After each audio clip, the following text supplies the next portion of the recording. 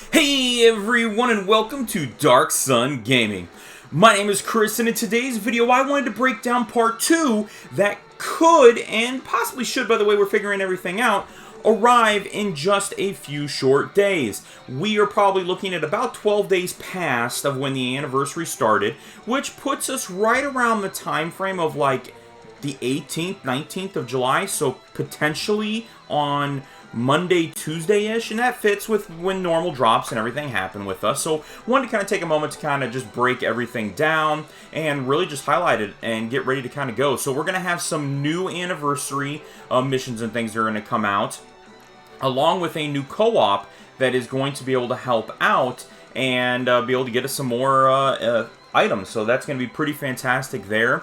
We are going to be getting the awakenings for the free-to-play units, and they aren't going to get their EZA yet. That'll be coming in part 3, so that'll be pretty good. I'm going to kind of wait until everything comes out before I do my breakdown video of each of those units, because realistically, in their normal state and in their TUR state, you're not going to be running them. And even at their EZAs, I felt like they set the bar so high with the Universe 7 free-to-play units that this was a drop down, and that's kind of upsetting, but hey, you know what, that's okay. Gives us an opportunity to kind of try and get a couple different things going on.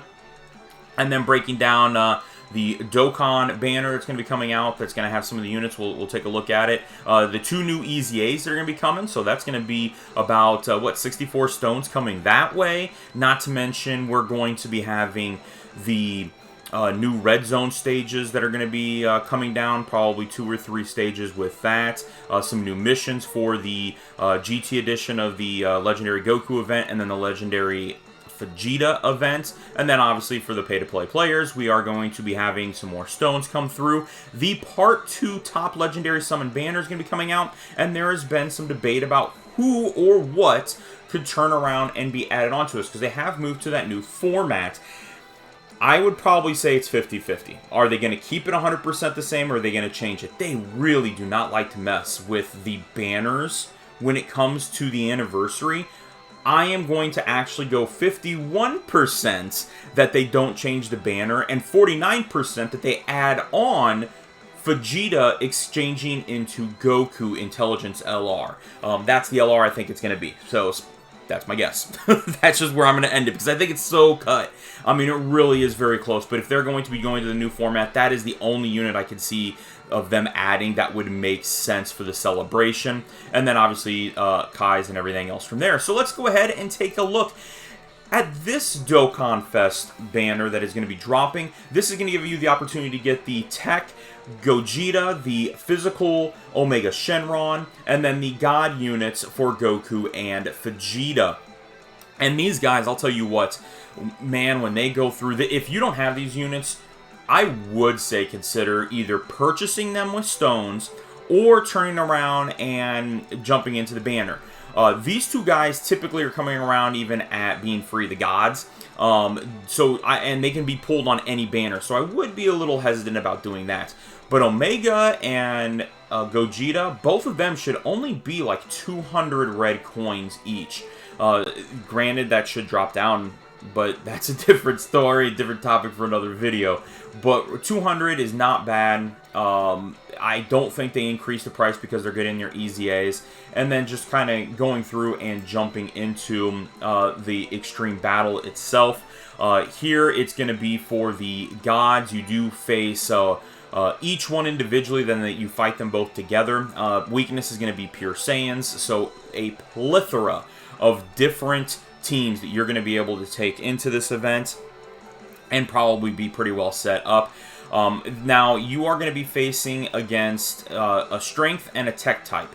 So you think maybe not to take in any of the units that are going to be AGL. But you have to be careful. I mean, here they begin getting an additional damage reduction at level 16 against Tech. So you can't bring in Tech.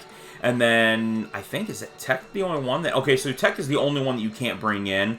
But you can bring in anything else that's pure Saiyans, and they're just gonna rock it. I mean, pure and simple, they will rock this event, and it shouldn't be that big of a deal. I mean, I would even consider taking in the blue Royal Blue Vegeta, the Easy A, that transforming one from blue to royal blue, I would go ahead and do that just because I think that he is going to be fine. I mean, his damage capabilities of being able to stop is going to be fine. Maybe in the later stages, you're going to have to protect him a hair, but there's going to be plenty of opportunities he's going against anybody, and you just aren't going to have to worry about it. You're just going to be able to lay waste. So that's going to be pretty nice from there.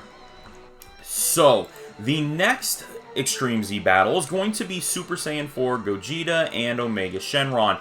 Shadow Dragon Saga is going to be the weakness for this category, so if you were able to pull the LR Super Saiyan 4s, actually Vegeta I don't think is on that list, now that I think about it. I'm going to have to take a look at that because he may not be on that list. Who is that? Any Gogeta is going to be fine. That is going to be the Super Saiyan 4 Gogeta. Okay, yeah, so the LRs are both on there, so you're going to lay waste with these 3 units on here. You shouldn't have too much of a problem.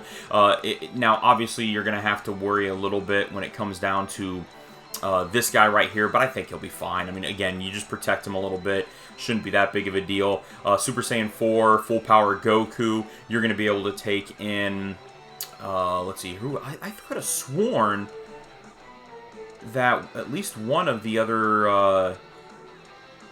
one of the Goku Super Saiyan 4 GT units were in there, but I guess they're not. So, I mean, it is a little bit smaller category. Hopefully, if you've got maybe some of the different Dragon units, I mean, you could bring them in there, make a full Extreme unit. But I think this isn't going to be too bad. I think we should be able to move through this relatively easily. I mean, you've got free-to-play units that are going to be on here that are pretty decent.